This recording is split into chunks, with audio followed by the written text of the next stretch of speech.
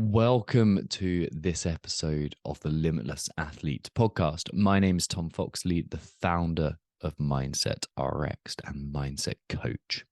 Today on the show, I am going into an in-depth discussion on breathwork with Andrew Tracey.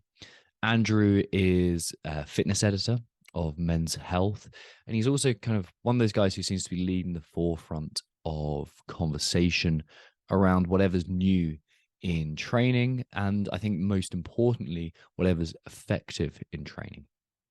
This conversation between us, I think, struggle to stay away from the esoteric, and both of us are quite experienced meditators, so I think we get pulled towards that. But on the whole, what we discuss is breath work, and how it can be used as both an indicator of our state and also a tool to modulate our state, to change the way we feel and to change the way we perform, and how that links into the mindset that we have, the thoughts that we have, whether that's kind of more anxious or more lethargic, and how to modulate that mental state. Really enjoyed this conversation, and now I'm going to bring you a lovely conversation with the one and only Andrew Tracey. Welcome to the show. Thanks so much for joining me, first of all. Thank you very much. It's always a pleasure and an honor to be asked. So everyone listening to this would have heard a brief intro that I'll have recorded for you, so they'll know who you are. But I'm interested in your journey into the breath and how you got there, just to frame the story, and then we can take a deep dive. Like, where did your interest in breath begin? It's like one of those weird things. It's evolved so organically. It wasn't until people started asking me very specific questions, or I started looking, when I started looking and saying, oh, I should go get some paperwork, I should go do some training courses, I should get some, credentials here. And I realized, I've been really interested in this thing and how it relates to my life and my training for years and years and years. I think obviously a focus on the breath is by no means a new thing. Yogis have been doing it for thousands of years, but particularly probably in our space, in the fitness space, it definitely seems as though it's one of those fairly new bubbles or trends. And I think it's such an integral thing to, obviously, breathing, to your life and to your training, that it's not something I'd ever really considered an interest. It was just something that I spent a lot of time thinking about because we're doing it all the time, and perversely, and we'll probably get into this, but trying not to think about in the case of meditation. I think a big tipping point for me, and I wish I could pinpoint when I kind of came to this realization or this thesis, because it probably is at this point quite pivotal to me, and it's probably going to end up being my sort of like thing and my magnus opus. But at some point I kind of realized, or kind of rationalized this idea, this thought process of our psychology and our physiology being in this constant feedback loop, right? And I can't even remember what I was doing or what I was thinking about at the time when I kind of went down this sort of active imagination rabbit hole of figuring this thing out.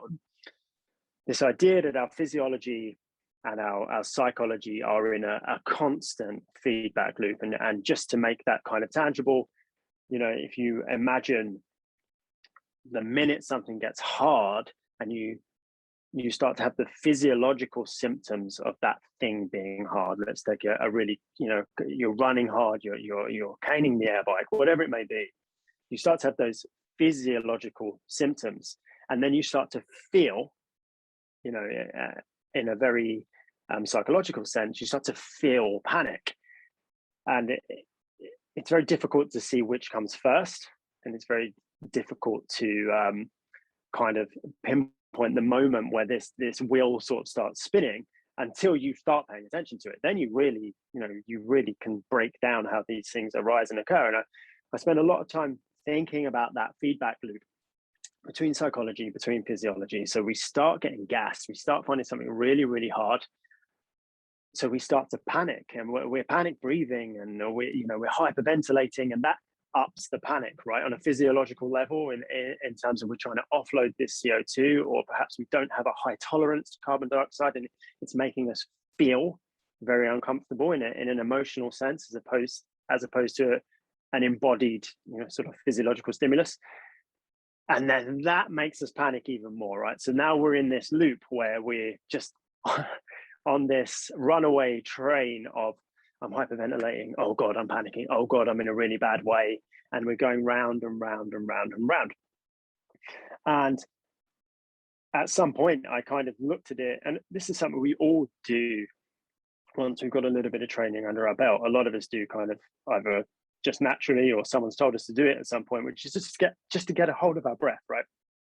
We shouldn't let that runaway train go. And I mean, I know a lot of people don't. A lot of people just assume that the body will take care of itself, right? But as I say, body, mind, in this perpetual feedback loop.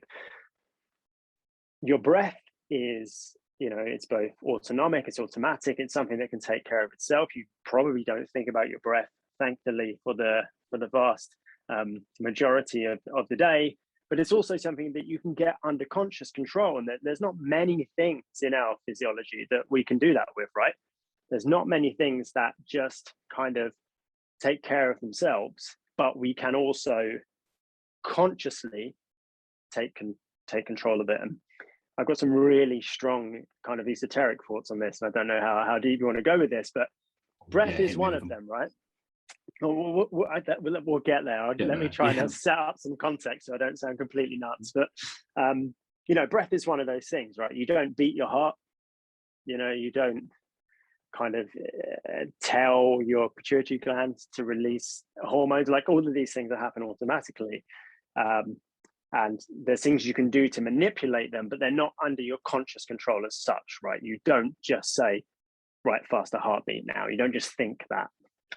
There's things you can think about that will speed up your heart rate, but the breath you've got conscious control of, and it is doing its unconscious business. So I was thinking about this feedback loop, psychology, physiology, and breath being the thing that cuts the loop, because it's the thing that's involved in the entire loop, but it's the one thing we can get conscious control over.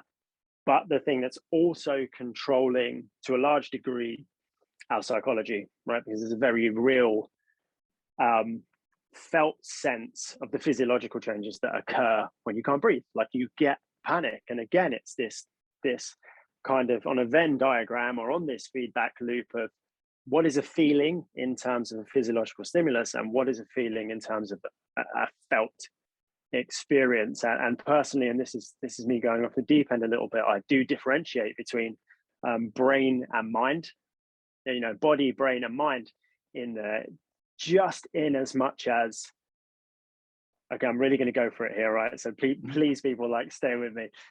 My body's here in this experience, but also my brain is here, and I can't touch it actually, but I'm very aware that it's in here. But I'm in this experience. So what is this experience? This experience is something that my brain is in. So yes, there's neural, electrical activity happening inside of my brain. But as far as a lived experience for me, it's here. This is it. This is the space I'm in. And my brain is in this space. So this is what I would refer to as mind, consciousness. My conscious experience is my mind. And my brain is kind of an organ within that has a very huge amount of input into what I experience, obviously. But if we can get hold of what's going on in the brain through what's going on in the body, then we can alter our conscious experience. And this isn't something that need to be woo-woo or new age, right? Because you can just think of drugs. You take drugs, you drink alcohol, you change your conscious experience by changing the chemistry of your brain, right? And this is just another thing we can do to consciously change the nature of our experience. So as soon as we get a hold of that breath, and we spoke about this before we started rolling, but yeah, there are a ton of conscious, technical kind of protocols you can then employ breath-wise. The low-hanging fruit is just simply paying attention to it. Conscious attention. As soon as you kind of start paying attention to it and get into that space where you're no longer sort of, the breath is just something that's happening in the background. It's something that you kind of have the felt feeling that you've got conscious control of it. That changes everything, because suddenly you put a rider on this horse. This feedback loop, you've now got a wrangle on it, and you can slow it down, or you can cut it wide open to the point where what's happening physiologically in your body is having a much smaller effect on what's going on in your mind. And just again, to make this tangible, really simple, you're ragging that air bike, you start gassing, you feel like you're losing control. We hit that sort of threshold of the amount of carbon dioxide tolerance that we've got, where we start to feel incredibly uncomfortable, and then we get in control of the breath. And as soon as we find that still point, yes, we control the breath in order to kind of elicit a physiological response, i.e. get rid of as much carbon dioxide as possible, but also get control of that exhale and start to balance out of that chemistry. But moreover, we just found this one thing that we've got conscious control over. And just that mindfulness, just bringing us into here, into this experience, lining us up with, environmentally what's actually going on, gives us a chance to go, oh, are things really as bad as I think they are right now? Because just now, my lived experience was that of, I'm going to die. Like, I'm having this really, and that's not hyperbole, right? This is something people in our circle talk about all the time in terms of our nervous system responses. There's very little difference to your body, to your physiology, and to your brain within your body from getting uncomfortable on the air bike and getting uncomfortable because you've spotted the woods, right? We talk about this all the time. This stressor is the same, regardless, on a physiological level. By getting a hold of it, it's that place where we can actually bring ourselves into the here and now and stop this sort of discursive thought of and negotiating in our head and just this underlying current of, I'm going to suffocate and die here in the gym. And that is the feeling, right? Because otherwise, why are you rolling around on the floor?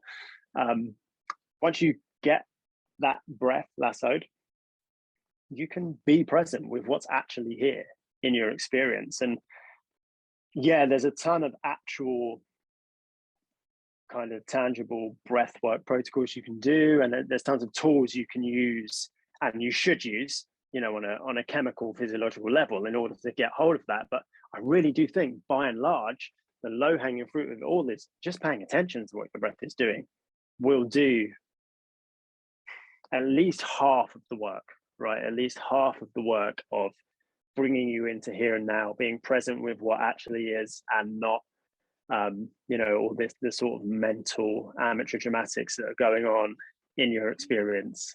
It gives you the ability to cut that loop and go, hey, look, I'm just riding a bike that goes nowhere, and it's not going to go off the edge of a cliff.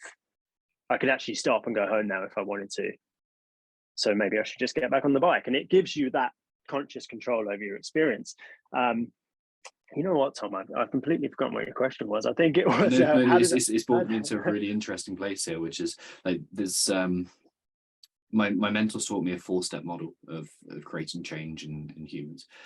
Acceptance, the 4 A's: acceptance that we need to change, awareness, accountability, so you're actually taking the steps, and then adaptation as the final step. The hard one, I think, is acceptance that we actually can change and we want to change, but that awareness is a close second. And I think people jump too quickly onto the accountability, onto the how quickly can I change my behaviors and change my mental emotional state, as opposed to generating the awareness of what that feels like. And through my work with athletes, I've been exploring, I've been trying to generate that awareness through so many different areas. And it's been like, okay, we're going to put you through, I know Kelsey was my favorite, I'm going to put you through Kelsey to really make you suffer and see what thoughts come up, and see whether you're comparing yourself, or see whether you are judging yourself as unworthy of success, or whatever that is. We're going to use meditation, we're going to use journaling is a huge part of what we do. But I I started using the breath because it gave such a clean and pain-free and safe insight into your mental emotional state. And it's that awareness piece that it really builds on. And it's awareness not just of your physiology, but your thoughts, emotions, and behaviors too. Yeah. I couldn't agree more. It's just very in meditation, in the kind of world of secular mindfulness, there's an idea that the breath is just another object of attention. Like, you can really, there's some people that have gone all the way to the top of the mountain of enlightenment with objects other than their breath, right? If you look into wisdom traditions, there's people who do more embodied practices around sounds, practices around chanting. Take your pick in terms of an object of attention. I think the breath's an easy one because you've got it here all the time, and we're very good at it. We're very familiar with our breath, but I don't think we can understate how important the physiological ties to the rest of our body has in like make your breath the subject of attention, because it can tell you a lot about what's going on physiologically, not just be a locus of attention in order to bring you into the present, right? And start asking, what's here, start asking those sort of insight style questions. And I think the breath, if nothing else, it makes it the optimal object of attention, right? And there's plenty of particularly, in training, as you say there, you take something like Kalsu. If you really wanted to kind of narrow your bandwidth of attention, there's a million things you could focus on there. You could focus on the embodied feeling. What do my shoulders feel like? What do my quads feel like when I'm doing these thrusters? Where is the burn when I start these burpees? Or even, as you say, like the thoughts that are sort of going through your stream of experience. But the breath's there all the time, and it's going to have something to say about the workout you're doing, right? And you can infer a lot from what the breath's doing, like on a very simple physiological level, like, am I gassed? Like, can I stay nasal, or should I go back to nasal? But again, because it's both autonomous and conscious, we can then get it in hand and use it as a tool, as opposed to just observing it as an object of attention and saying, what is this thing doing and what can I infer from that? We can go, okay, I'm obviously physiologically in this state and my breath is reflecting that. What if I shift my breath to this? What, can I affect a change there? And the physiological effects of that, I don't think can be understated. I think that, yes, there are a lot of other things you could focus on. And in terms of, meditation, in terms of concentration, meditation and practice, any object is as good as any other. But I would say the breath just comes superior, because you've always got it. If you're not breathing, you're not particularly worried about the color of your mind at this time, are you? B, you've got a lot of experience with it. We've been breathing all our lives. We've got very used to, if I'm breathing in a certain way, what does this mean? Or vice versa. And C or 3, whichever I was going with there, the physiological effect of getting, in terms of your brain chemistry, is important, right? So we can calm ourselves down, which gives us more of an ability to pay attention to what's there. So in the context of a workout, as you say, in the context of Kalsu, if we can get the breath under control, cool, we've got concentration. That's great. Secondly, with that narrowed focus, we can actually start paying attention to what is here. But if we can not just focus on the breath, but get the breath under control on a physiological level, we can control that exhale. We can breathe optimally for the stimulus that we're being placed under. That kind of, how can I put it? The sediment settles a little bit. Then you're putting yourself in a favorable physiological condition to start looking at what's inside, because it's very hard. There's a reason people sit down and meditate, right? Because it's an easy way to do it, because we're calming everything else. We're taking away all the other stimulus. If you can get a hold of the breath, it's a good object of attention, but it's also going to create an environment that's favorable to you, for you to start asking the questions that you were just referencing there about what is actually here. So it's, for me, it's like a kind of a two-pronged attack, or it's hitting it from both sides. It's narrowing our focus, and it's allowing us to focus and be embodied with what's actually here. But it's also, once we make conscious changes to it, it's creating an environment that's more conducive to doing that. Because if we're blowing when we're doing Kalsu, and we're getting really uncomfortable because, whatever our breath's doing, that's a hard time to then be thinking, all you're thinking then is, I'm fucked. You're not thinking, you haven't got the space to go, am I really? Or, what's really going on here? Whereas if you can get a hold of the breath and make that environment more conducive to use that attention, I think it's important. And as I said, sorry, go for it. No.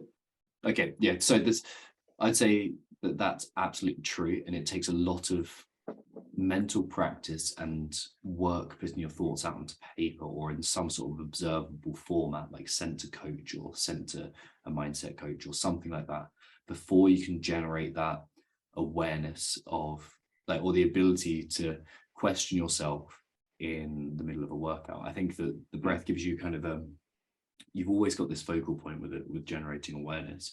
And to give you an insight into how we work with athletes and the kind of what we have to do there, as you said, the experience once you start moving is so stimulus intense.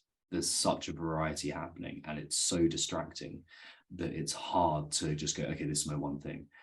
The way we work with athletes when they're kind of very performance based is like, okay, you've got one character skill to display in this workout. You're going to decide before the event exactly where you want to practice it and exactly where you're going to display it. So it's like, okay, my third set of thrusters, I'm going to display tenacity by going unbroken, or doing my best to go unbroken. And all we can work on, like very, very rarely we get an athlete to the point where they can do like, okay, in this workout, we've got 3 goals in there. And that's it. But with the breath, you've always got that ability to generate the awareness of your state there, because you've got these kind of like inbuilt triggers. It's like, okay, nasal breathing completely, power inhale, exhale. Like you've got the kind of inhale through nose, exhale through mouth. Like, okay, that's another gear, as Brian McKenzie would describe it. So you've got all these kind of inbuilt triggers that with enough awareness it seems really help you identify not only your physiological state, but your mental state and the crossover and the shared element between them. Yeah, 100%. I couldn't agree more. And it's always there, right? It's always there as an anchor. There's a guy, I think he's a Vipassana teacher called Larry Rosenberg, that says the breath is just like your oldest friend. It's always there to come back to. You can rely on it always being there. And, you can always come back to that as a focus of attention. Like you say, as soon as the stimulus starts in a workout, it's like that. The analogy I always use is that thing of, when you're looking for somewhere in the car, so you turn the music down. Now, on the surface level, it seems silly. Like, how does loud music playing distract you from finding the door number you're talking to? But you only have so much attentional bandwidth, right? I think as soon as you start working, that's like the music, they're working out, that's like the music getting cranked up to 11, right? And that then makes it very hard to get off of that, or cut that feedback loop, or get off of that ride of this, this workout's taking me wherever. And once those voices start, the inner monologue starts up, you can't get there's so much going on that you can't get any space from that. So you just believe, well, that's me saying that. When the voice says, stop on the next rep or slow down, you are so close to it because there's so much going on. You don't have the space to go, that's just a thought. That's a thought. Let's unpack that. Why do I actually need to slow down? Unless you're very practiced, yeah. That takes a lot of practice. Yeah, exactly. But what I'm saying is, what the breath can do is coming to the breath just to pay attention can help you to find that space, because as soon as you kind of narrow your focus, you realize kind of how peripheral, and again, I'm not saying this doesn't require practice, but you realize how peripheral those thoughts are, and the fact they are just thoughts. They are just, your brain reacting to the stimulus and to the environment, no different to getting a stitch, right? It's much more complex, but the difference being, when we get a stitch, we don't say, I'm a stitch. We don't identify with a stitch. We're like, okay, there's a stitch. However, a thought we heavily identify with, right? We immediately identify with, almost. And the thought, if the thought is, you need to stop on the next rep, it takes a lot of practice to just ignore it. And I think that's why, in this space, self-talk becomes such a big part of this space, right? Talking about self-talk. But I think there's, and I don't know if this is a conversation we want to go into, but I think there's a space almost beyond that where you don't need to do the negotiating anymore. Once you get to the space where you're not identified with those, with the inner monologue, and it can just be like someone else sitting there talking to you as such. And that kind of really is how, on a very, what do I want to say, on a very evidence-based level, it really is like that, right? Your thoughts, you can't trace where your thought comes from. We say, I had a thought, but if I was to say to you, where did it come from? You have no idea, right? Or where does it go? You have no idea, right? If I ask you to, here the classic example is, if I ask you to think of a film, you're going to think of a film. You don't know where that thought came from. Even if you've got like a short list, you don't know where that thought came from. And this is kind of why I have this differentiation between brain and mind, because you might be like, yeah, I thought of this film.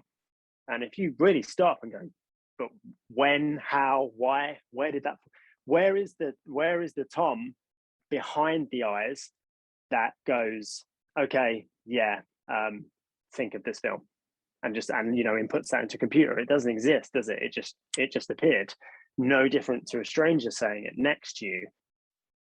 The reason I say this is, once you can really, and this is the toughest, like this is the ultimate project, right, is to get to that point where you're just not identified with thoughts, so that you don't need to do the negotiation, you don't need to do that unpacking. You can just go, well, you just do nothing, you just let it go, as if it's a stranger sitting next to you on the bus. Because a lot of time, if you actually sit down and pay attention to what's going on in your mind, it's insane. And it's about as relevant as, paying attention to the stranger that's sitting next to you on the bus. Because a lot of times, I'm always reminded of that there's a weird, like the beginning of one of Kevin Hart's stand-ups, he does like these little film set pieces and he's running away from the police. And in his imagination, he's running away in slow-mo and he looks like Mike Lowry from Bad Boys. His shirt's all billowing in the wind. And all of a sudden he just snaps out of it and he's back to where he is. And he goes, the fuck was I thinking about?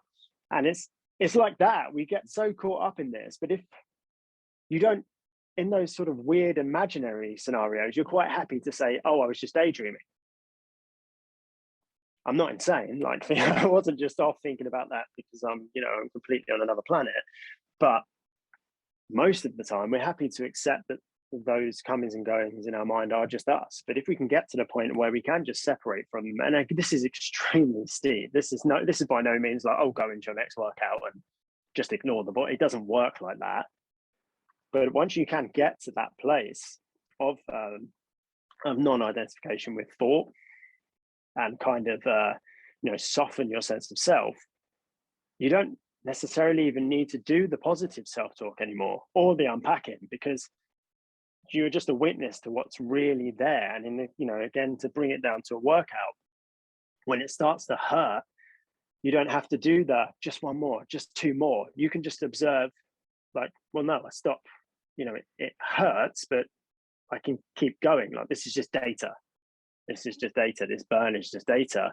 And then you can just ride it out. And I think this is much easier to see, just simply because there's less of a systemic effect on your body. This is much easier to see with bodybuilding and start workouts. So I recently had a whole group of people use more bodybuilding style workout to go to failure on movements in order to better observe that kind of when does this idea of failure kick in. I think it's a lot harder to do with, if we're doing something that's gassy, because it's our whole body, right? And there's a cascade, there's a whole load of stuff going on that's making us want to stop. But if you take bicep curls, there's not a whole load of stuff going. It's much easier to ride that horse to failure, right? And then you can really start to pay attention to, oh, hold on, I said I could only do one more like 4 reps ago. That's weird. It's much harder to do that, when you're doing a ski erg and D-ball over shoulder, because there's just a lot more going on. And I used to train with my brother a lot, and his inroad to training was through functional training, through, CrossFit, for want of a better word. He'd never done any bodybuilding style training. And we went through this patch where he wanted to gain some weight, and we were doing like a really, Dorian Yates style, go to failure and then do your forced reps and go again. And then we do a drop set style workout. And because he'd never experienced muscular failure without the associated sort of systemic fatigue of thrusters, of burpees, of, high rep cleans, whatever it may be, he was laughing because he'd hit this point of, he had the mental kind of moxie to keep pushing through. And this didn't feel that hard to him because his pedigree is doing like super hardcore CrossFit workouts, right? So suddenly doing like a French press or, tricep extensions, it's like, meh, what is this? And he's laughing because he's like, I can't do anymore. But he hasn't felt any pain or any suffering. He's like, no, the joint is just not extending. That's why I think if you want to kind of practice finding this space where you can just observe what's there and go, hey, like, where do I actually need to stop? Like, where does technical or muscular failure, for your own safety, pick the right movements here, but where does that occur? And at what point did I think it was going to occur? And what was the gulf there? What was the delta between when I went, I'm only going to do one more, and when I actually physically could not, the contractions were not happening? If you can spend some time in that space with movements that are conducive to it, because so there's not a lot of variables, it might not be like an energy system or a fueling issue. This is why, bodybuilding movements are useful here. If you can spend some time in that space, you can really start paying attention to, well, what is actually going on, how much of this is sort of psychological governing, and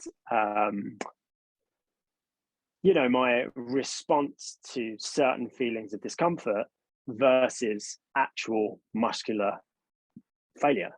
And again, it's hard to map on to like other styles of workout because there's a lot more variables at play. But you can do it running very easily and just, narrow your attention and start paying attention to what comes up, what comes up. And I was running hill sprints, or not sprints, sorry, I did 5 miles of hills the other day, just up and down, up and down.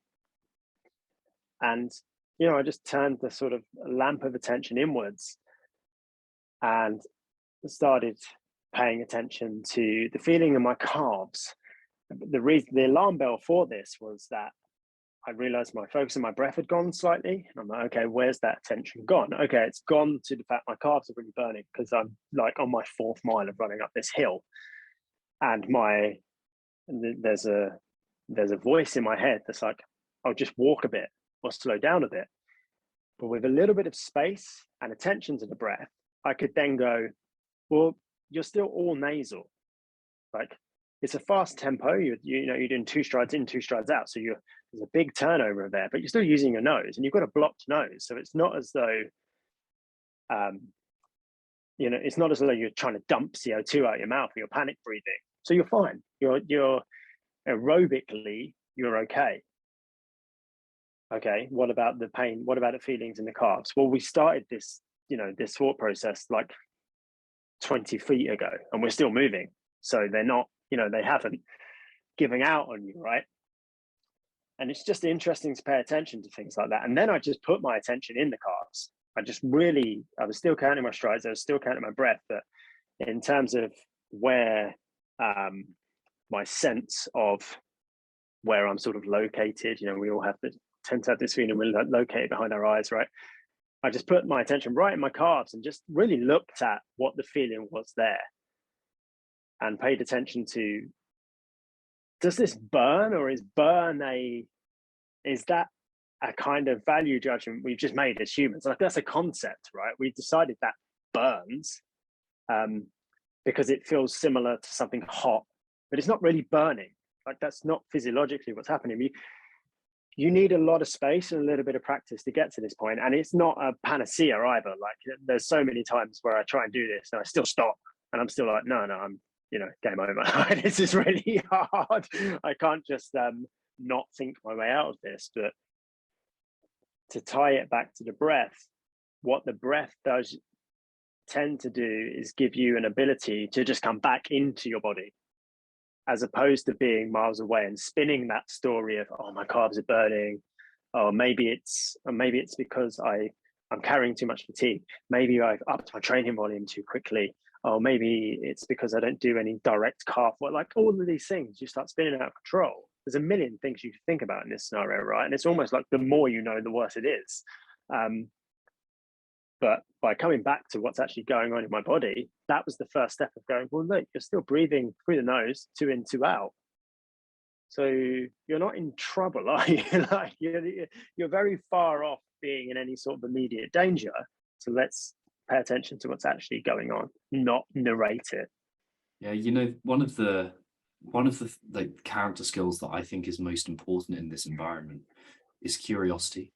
And we spend so much time in training. For some reason, training, we get this idea that we have to be very fixed in the way that we view things. Like, oh, this is burning. This is like who I am. This is the type of environment, the response that I have to this.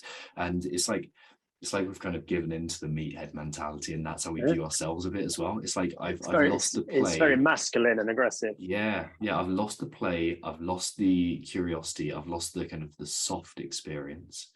I've lost this kind of, like, as you alluded to, the more kind of feminine response to, or archetypically feminine response. And like this curiosity, I feel like that's something that breath gives us. So say, like, it's principle wise, it's the same as when we teach people to view their stories. It's like we get them to view them as a character that they're playing. We call them roles, like balanced nature roles, like a role that you're playing that's not serving you. And when you've developed curiosity, it's like, oh, okay, that's when I'm noticing this story come up, and I'm noticing it in the thoughts, emotions, physical sensations, and behaviors. Like, this is what this guy does. It's not what, like, my internal conscience really wants. It's what I've learned to adapt to. And I suppose the same thing happens in breath. It's like, I've learned this response. I've learned to breathe like this, to panic, or to breathe like this in response to this stimulus. Yeah, and even, it goes both ways as well, because there's certain responses that are going to be completely automatic. Your body's, this is your body's very natural response to this thing, but it's not necessarily based on the actual reality of this scenario. Like we said earlier, this is a panic response to a life or death situation. And, it's cliche to even talk in these terms at this point, but you still got me. Sorry, I thought you're in that fight, flight, or freeze, place in terms of your nervous system, but your body's automatic breath response isn't necessarily going to serve you here. Like, you actually consciously, intellectually know what's happening next. Like, your body doesn't know. All your body knows is, like, the shit's hit the fan, right? I'm in a bad way. Something bad's happening. I'm bouncing off the red line of my CO2 tolerance, and let's get rid of as much CO2 as possible. But intellectually, you're like, oh no, I'm about to pick the barbell back up again. So that's why we need to cut that loop and do the thing that's, we're now in the kind of the other, when I said the breath kind of takes you from both ways. It gives you this conscious anchor of attention, but it also has these great physiological benefits. It can change that environment. You might be saying, and there's a short post about this morning talking about this, your body might be doing what it 100% thinks is right. And by that, I mean your brain, I mean your nervous system is dumping as much CO2 as possible. But you are maybe about to go and do like like an lactic effort, or you're simply just going to do the next round of your workout. So actually your body's natural response, it's doing what it thinks right in accordance to the stimulus you've given it of and doing what's practiced as well. Yeah, of course. Yeah, you're built to do this, and it can only work within, your body works within the confines of evolution and also your own fitness levels, right? So that's the next thing is, do you now need to build more? You and I aren't necessarily going to have the same nervous system reaction to a workout, and we're definitely not going to have the same nervous system reaction to the workout as someone who's never trained before, right? So we're building capacity, but when it red lines off the edge of what it feels is this capacity, it just panics and it takes the shortest course of action to restore equilibrium, right? But that's equilibrium if you're just going to chill out now, if you're away from the bear, whatever it may be, not if you're going to go pick up the barbell again and do another round. So we need to cut the feedback loop so we can do the consciously right thing in order to do what intellectually we know is going to happen next, because our nervous system is just trying to restore equilibrium, right? You've done a really hard effort. It's got all of this, it's had this chemical cascade happen. It's all of this stimuli, and it just wants to restore order. But unfortunately for your body, you're about to get back on the rowing machine. So you need to now at the brain level go, okay, we need to control the breath and we need to do something slightly different from what it wants us to do. But the good news is that also gives you that focus of attention, which is going to allow you to cut through the psychological melodrama that's going on as a result of, to kind of visualize this. When you roll off of the row machine, you're rolling around on the floor and you're just looking for some sort of salvation, That's pretty stupid. Like, no, we don't intellectually know why we're doing that, right? We just but we all do it because we're trying to find some modicum of comfort. And we don't know where to find it because our body is currently absolutely swimming in chemicals that don't make us feel so good. And all your body's trying to do is find its way back to some sort of equilibrium. And this is by no means me being hoity-toity about this, because I'm the absolute worst for it. Like, I've crawled across many a gym floor before just trying to be like, oh my God, what I'm going to die. Like, what's going on? But if we're going to go again, that's not the best response, right? If we're going to get back on that row machine as soon as our partner's done his 10 calories, whatever it may be, how is this now helpful? Especially when you look at, like, how's it reinforcing a story that you believe about yourself too? It's do you believe that you are the person that's capable of doing this, or do you believe that you are going to be in pain and pain is bad and pain shows that you're weak? And it's like, if the breath can cut that, and if it can like offer that step, then that's ideal. So the first step seems to be generate as much awareness as we can, like within workouts, out of workouts, maybe in a sitting meditation practice, or in or kind of walking practice, like out of training where there's fewer stimuli, can we generate more awareness of the breath? And then can we build it into training? Like, how aware of the breath can we become? Are we nasal breathing? Are we mouth breathing? Is it like powerful breaths? Is it slow breaths, like deep, shallow? Like, what does our breathing feel like, sound like, look like? What is that like? Then it comes to modulating state, essentially. Like, it comes to changing our physiology and our psychology with the kind of semi-autonomous aspect of the breath. So let's start with how does that work? Like, what are the principles of breath that affect physiology and psychology? Well, the biggest one is going to be our carbon dioxide tolerance. I think most people's, it was certainly mine for most of my life, most people's intuitive belief is that when we start hyperventilating, or when we feel short on breath, we have that felt, oh God, I can't catch my breath. I think most people's initial intuitive belief is that we that's us needing more oxygen, right? Because we think of oxygen as this fuel, and carbon dioxide is just, it's waste, it's exhaust, it's something that just comes out. So we don't need to worry about it. And it is exhaust, but I don't know if this metaphor will catch a lot of people, but you can't just block your exhaust on your car. There's a reason it's there. You will get a buildup of gases and bad things happen. So I think most of us have initially this idea that the minute I need to catch my breath, it's because I need more oxygen. When the feeling of I can't catch my breath is your response to, and I'm talking generally here, like this is 9 times out of 10, it's going to be your response to a buildup of carbon dioxide in your system. That's why when we start hyperventilating, we open our mouth and we just start dumping as much CO2 out as we can, and that you see people. This is a big hole. This is too little hole. This is, it's a small little filter, your nose versus your mouth. So we're intuitively trying to get out, or our nervous system is trying to get out as much carbon dioxide as possible, because we have a certain amount of tolerance to carbon dioxide, which can be trained. And once we hit that tolerance, that's when we start to feel very uncomfortable. That's when we start to feel like I'm gasping for air, right? So if you easy enough to feel in body, just hold your breath. And when you get that strong urge to breathe, that isn't you needing oxygen, which seems like that would be it, right? Because I need oxygen to breathe.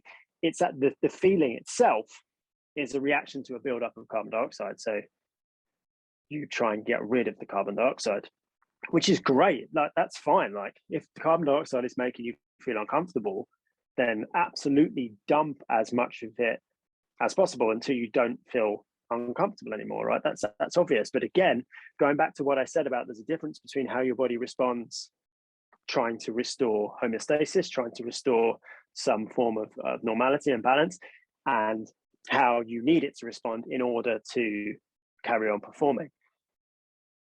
When we have enough carbon dioxide and oxygen, essentially, I was trying to think of the best metaphor for this the other day, and the best one I could come to was like, imagine they car share together, and carbon dioxide is the driver. The minute you don't have enough carbon dioxide, the oxygen is going to struggle to get to the right places. So the minute we start dumping carbon dioxide, that I need to sharpen that metaphor, because that's not the best way to really describe what's called the Bohr effect. Essentially a lack of carbon dioxide will make, I'm trying to sharpen the metaphor in my head now, I'm obsessed. It will make the oxygen stay in the car. Let's imagine they're carpooling and they don't like each other. Whilst the carbon dioxide is still in the car, the oxygen will get out. When it gets out, it properly that's where it goes to do its job of oxygenating your muscles and your blood and oxygenating your body. The minute carbon dioxide gets out of the car, i.e. we huff it out, oxygen goes, cool, I don't mind, I'll stay in the car then. So yes, we need to dump carbon dioxide. Carbon dioxide is a waste fuel. There are plenty of downsides to having your blood full of carbon dioxide. And you mentioned Brian McKenzie before. I think I've heard him refer to it as the death molecule. But you need to have a certain amount of carbon dioxide in your system in order that oxygen can do its job properly. So when we start dumping carbon dioxide as quickly as possible, you can no longer oxygenate efficiently, which is why I make the point of, when you roll off the rowing machine, and you will need to initially perhaps vent as much CO2 as possible. But if you continue doing it, you are eventually going to end up in a state where you're now not able to fuel yourself in terms of oxygen correctly for the work ahead.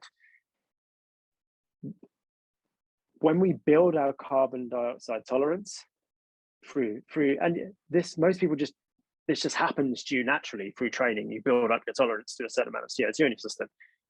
Then the CO2 is able to stay in the car and the oxygen gets out. Like, we don't have to kick it out of the car as often. So building up our CO2 tolerance enables us to operate with that CO2 in our system.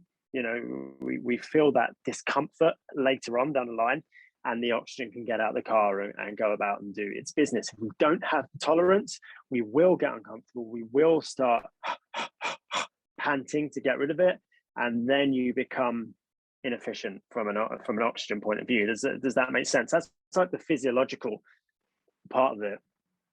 And I also think, you know, back to that feedback loop of physiology, psychology, what the whole time you're doing that, you're telling yourself the story of, I'm panicking, I'm in a bad way, this is not good, I'm uncomfortable, I'm incredibly uncomfortable. The minute your experience is that, the minute that's the felt conscious experience you're having, your breath's just going to get worse. Like, you're going to get worse because you're having a really bad time. Like, I'm having a bad time right now, and I'm going to start, you know, I'm going to continue panic breathing. I'm going to ramp that up, chop it off with the breath, start to get control of it, at least pay attention to it. Like you say, the very first step is just awareness. Most people don't know they're doing it. We're in this very tight, narrow experience of, I feel incredibly uncomfortable, that we're seeing that as a broad experience, not there is a lot of discomfort here. This is what it looks like. This is where it's located. This is actually how I could get a handle on it. And the minute we go, okay, I'm hyperventilating. Okay, my mouth is wide open. I think I need it to stay open for a minute. Let me try one nasal exhale. No, that's not gonna, you know, we all know that you get incredibly uncomfortable very quickly, because you do.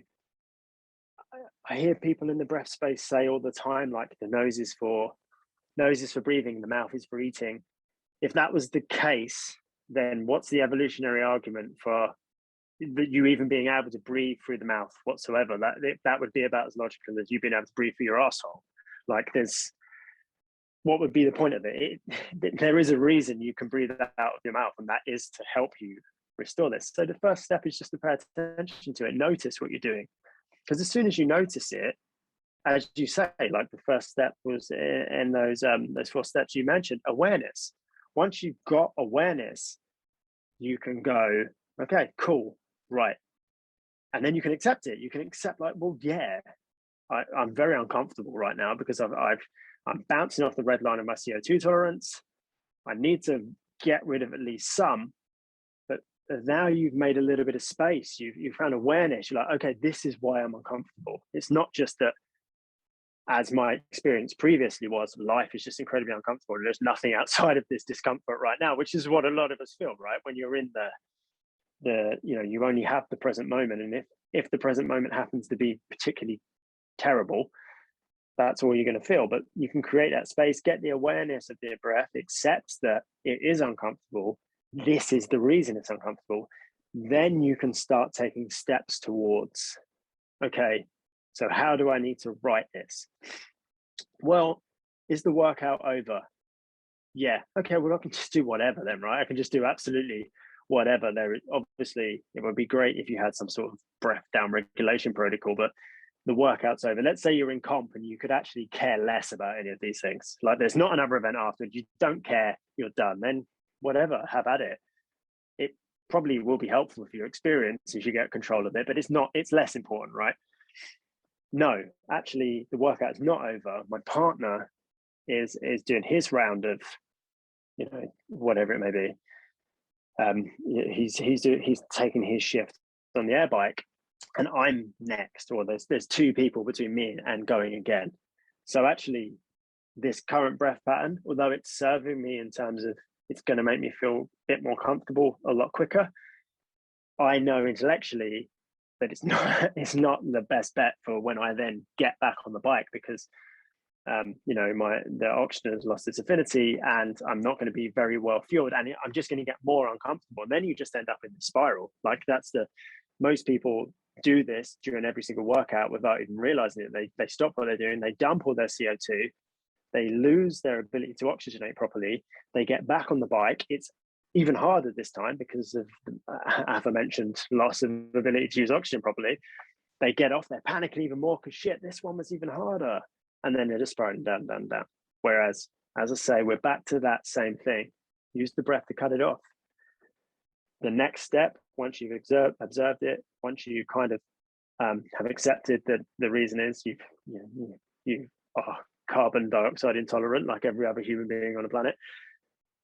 What do I need to do? Well, there's a lot of very technical protocols you can do, from people who are learning about this stuff in labs and research centers as we speak, and from people who were doing this stuff 2,500 years ago.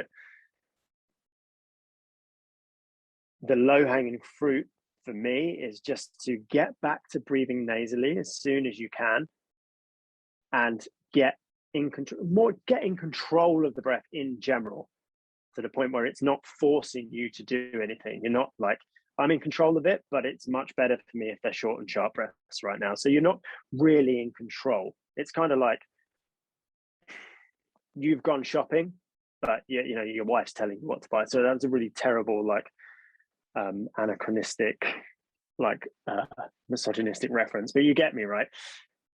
Once we can get to the point where, hey, I could do anything with my breath. I could do a 10-second exhale, or I could do a 1-second exhale. I mean, that's the jewel in the crown of getting control of it, complete control. Now that may not happen because you may have to get back on the bike. You may have to do whatever it may be, and the time frame might be too short. But if you focus on getting to that point as quickly as possible, again, coming at it from both ends, not only have you now got a focus that is going to narrow you away from whatever story of suffering and woe you were just telling yourself, of that, like, oh God, I've got to get back on. I don't think I can do it. I'm not great at this particular thing. I'm a weak rower. Like you're focused on something else very much right now. And that tends to sort of at least dim those voices. Not only that, but you've now got the physiological side of you're getting in control of the breath.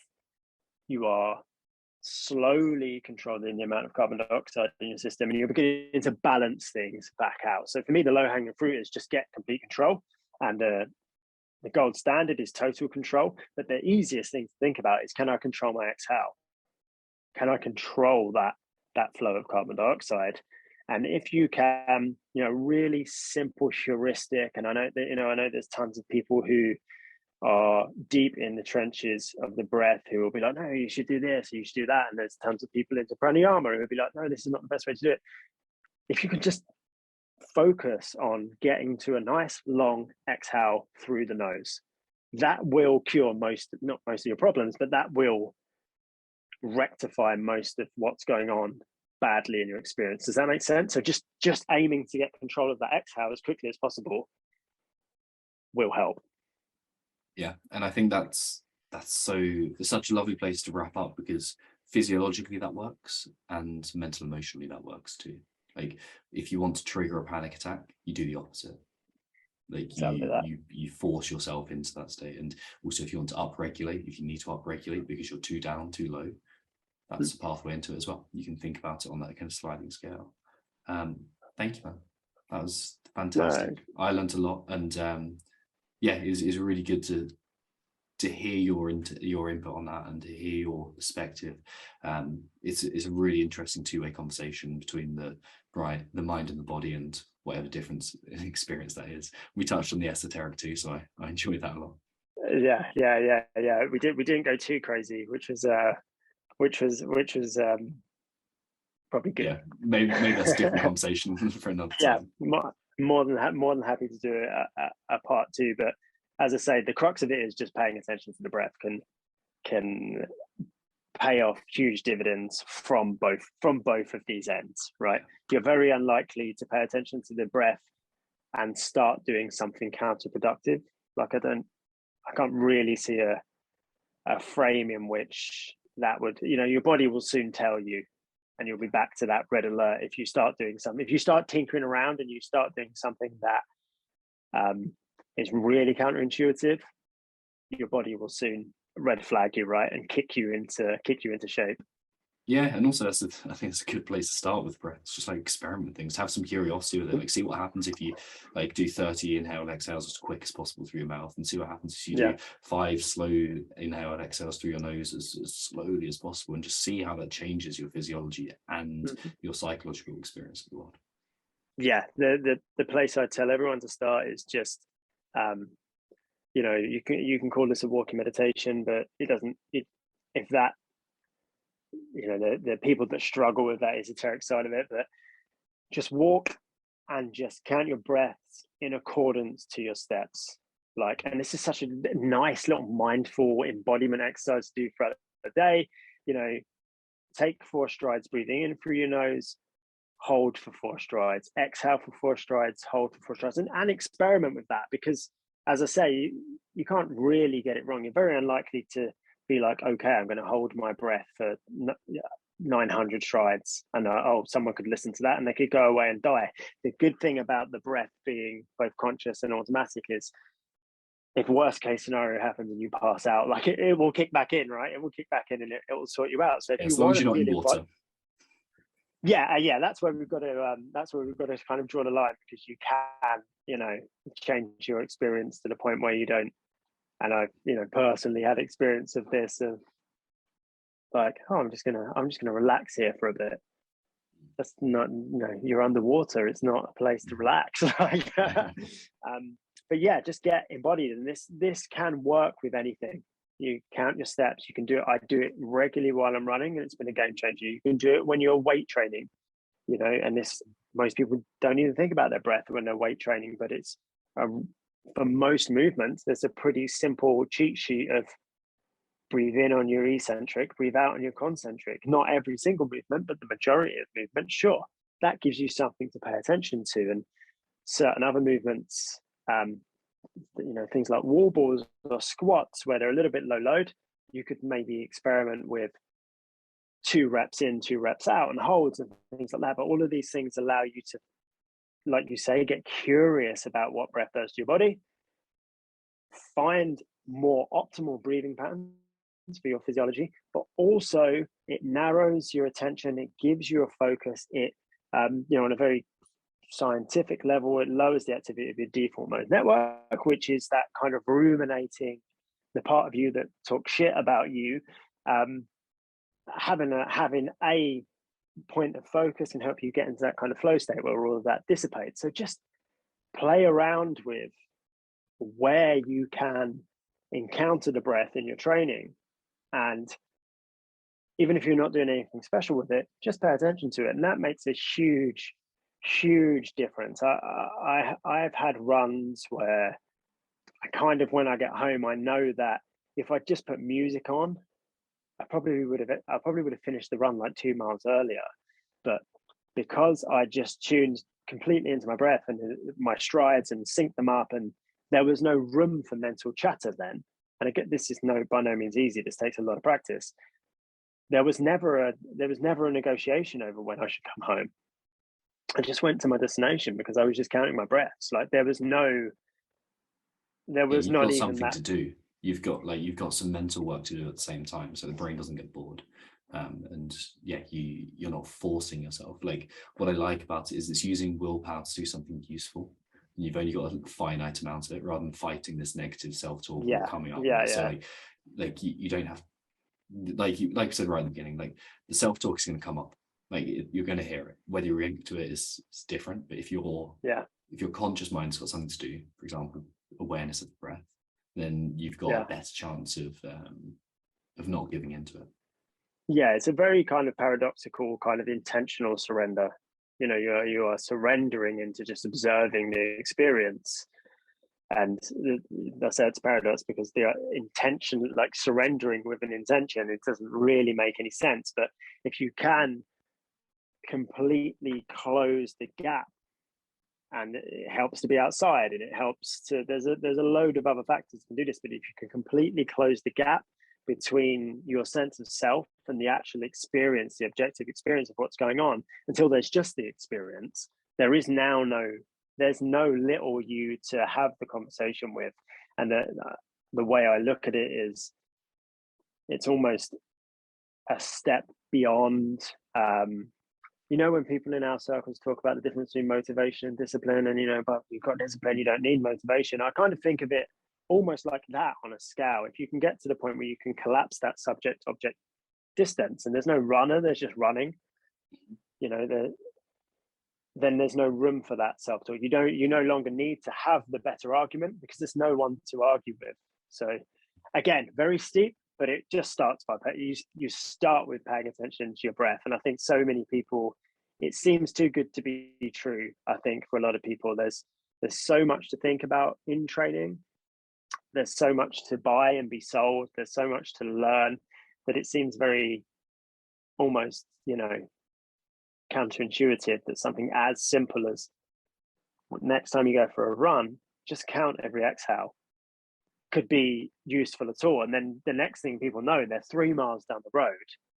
They haven't managed to get past 5, but they're like, oh, Jesus, like I haven't once thought about, oh, maybe I should cut this short because this, or I'm so stressed about this conversation that I need to have, or something else that's intruding on the workout quality. Yeah, exactly that. There's no space for intrusion, and you have kind of eventually you can just start asking yourself, like, who is that voice anyway, and who's listening?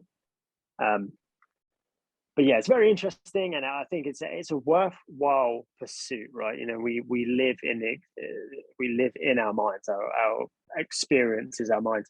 The more we can get to know it, the better, and that's through whether that's through mental models or whether that's through actually turning the lamp inwards and looking at what is actually going on in this experience. It's kind of this is the filter through which we do everything, right? So getting to know it's a good idea. Perfect, dude. Well, thank you so much for joining me. Do the standard question: where can people find out more about you? Where can people find you on Instagram and follow your work? Yeah, just the as most people just shop front is Instagram. It's the Andrew.Tracey on Instagram. The websites adultp.life, but all the links are on it, on Instagram.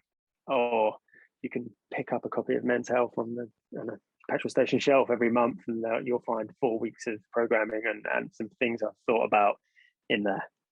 Wonderful. Right, thanks so much, man. Thank you very much.